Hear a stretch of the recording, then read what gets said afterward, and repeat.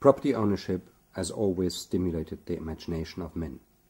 Some have claimed that property is theft, others that it is a basic right that society must protect. The English say, "My home is my castle," while the Indian sage advises, "Do not attach your mind to things." All of these different views acknowledge the fundamental importance that property has for society. In 1788, Alexander Hamilton wrote in the Federalist Papers, "In the main it will be found that a power over man's support is a power over his will." Hamilton knew the close link between property ownership and political stability in a democracy. It is economic independence that guarantees freedom of speech. The poor have no voice. Only broadened ownership can guarantee the functions of property vital for society, that is, social and economic integration. As private property, it guarantees personal and economic freedom. As public property, it ensures a minimum level of equality of all citizens. As a claim to the social security system, it secures the individual as a part of society independent of his capacity. Such property, in its nature autocratic, becomes republican in a political society when not concentrated in the hands of a few. Today, the thesis that democracy requires a wide distribution of wealth is a given. However, reality looks different. In Germany, for example, before the meltdown in 2008, the richest 20% of the population owned 80% of all capital assets, while 50% owned either no assets at all or had only debt. As in the rest of the industrialized world, the society of owners is simultaneously a society of non-owners. This concentration of property ownership can hardly be described as equitable.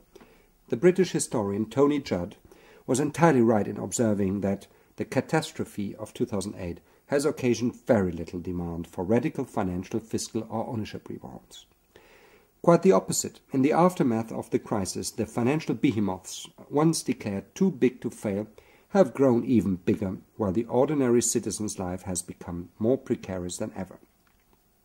At the same time, the German philosopher Peter Sloterdijk complains that a good half of the population of every modern nation is made up of people with little or no income, who are exempt from taxes and live, to a large extent, of the other half of the population which pays taxes.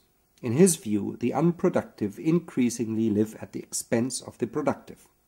Sloterdijk does not ask why half of the population is economically dependent on charity from the other half. But why do a few own the material resources on which all depend? The key is the distributional function of property. It awards the income from production to the producers according to their respective productive inputs. To workers, the earnings of labor; to capital owners, the earnings of capital. It was the Industrial Revolution that changed and continues to change the proportional relationship between these two input factors in favor of capital. Productive capital has, in the form of machines, land, and resources, a rising share in the value of production. As a result, the owners of productive assets receive a growing share of the income, as the owners of human labor receive a proportionally ever smaller share. Technological progress and its embodiment in automation exacerbate this development. What starts out as so-called increase in labor productivity collapses in redundancy at the moment of automation. As a result, labor input is proportionately decreasing in comparison to capital input. Karl Marx tried to account for this growing discrepancy between productiveness of input factors by attributing capital productiveness to labor. He called surplus theft every profit of the capital side, failing to acknowledge that the contribution of machines in the production process creates value just as human labor does. Machines, Marx declared, work gratuitously, just like the forces furnished by nature without the help of man. But, as it is obvious today, nature does not gratuitously provide either capital instruments or confer ownership. Finance performs these functions. It does so by allocating capital credit needed for investment. But there is a condition attached. To qualify for a capital acquisition loan, the borrower must put up collateral as insurance that the loan will be repaid. Only the already rich can meet this condition. This is hence the essence of each and every investment. Costs, that is also those of credit financing, are covered from the future earnings of the acquired property. while the majority of the population deprived of assets and thus collateral is saving through renouncing consumption, a small wealthy minority profits from access to capital credit. Thus the working poor are invisibly but effectively shut out of acquiring the non-human things that produce more and more of industrial wealth. The average capitalist employee is limited to owning his labor. Marx's focus on labor as the only factor of production is today perpetuated in the focus on labor market policies instead of those facilitating asset formation. Consequently, redistributive taxation, unpopular and inefficient as it is, becomes a necessity to support mass consumption. Governments by force must tax the wealth of those who have it. Thus the crucial point is not the labor-capital antagonism, but rather the interaction of the two factors.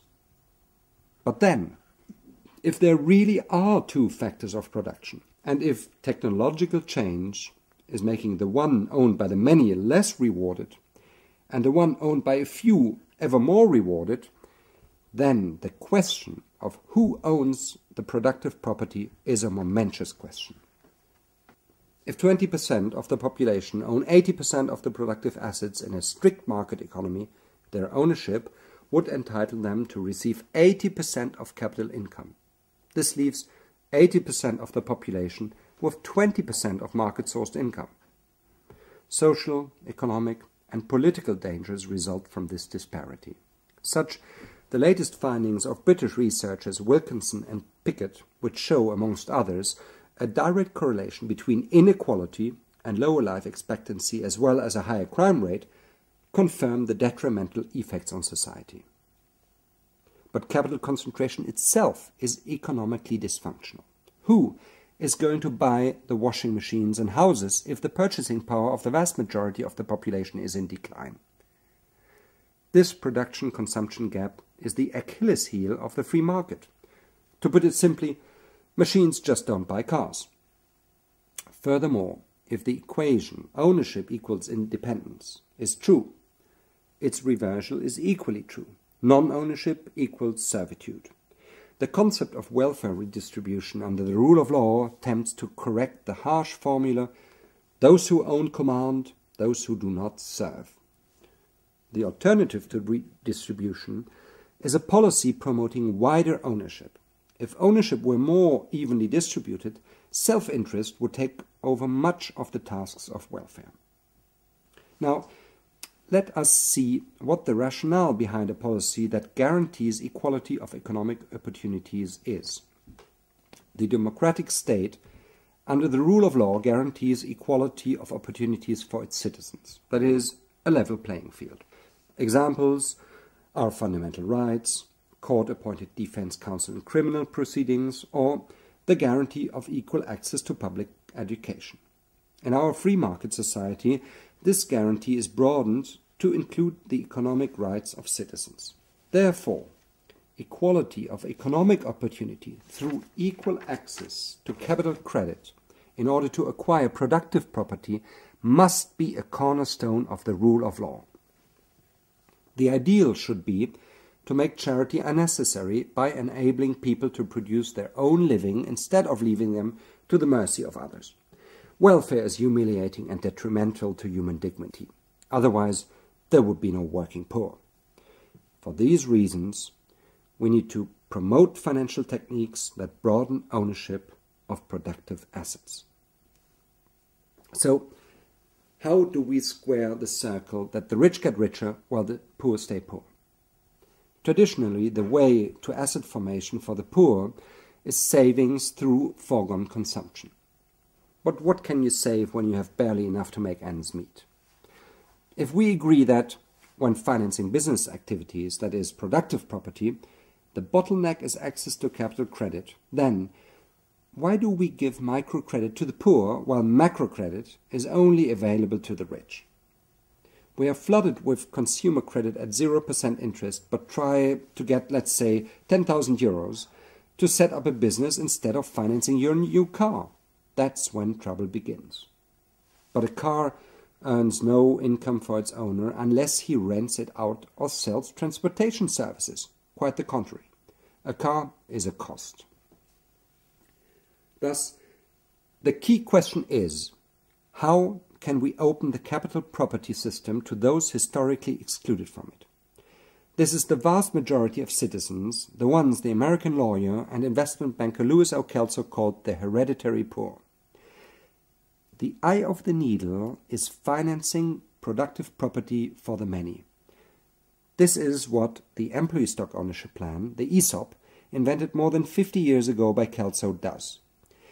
It uses the borrowing power of a company to acquire shares of that very company for its employees. The cost of credit financing is covered from the future earnings of the shares.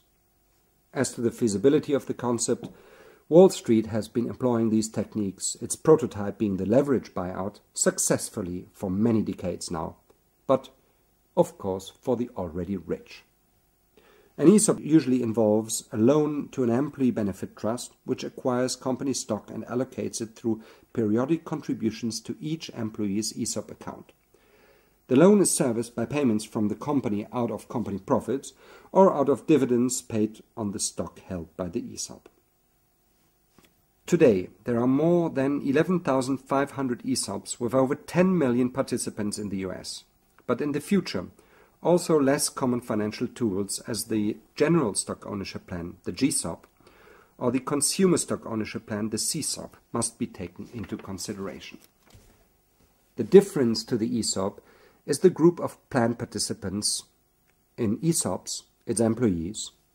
In CSOPs, it's consumers of a utility, and in GSOPs, it is citizens of a region. In the case of the latter two plans, instead of the value of the company, it is usually government programs that back the capital acquisition loan. All plans are based on the same financial logic, that is, to finance the acquisition of productive property out of the future earnings of the object of acquisition. Instead of using savings, the cost of financing the investment is covered from the proceeds of that very investment. Therefore, governments must actively support broad asset formation in the hands of their citizens.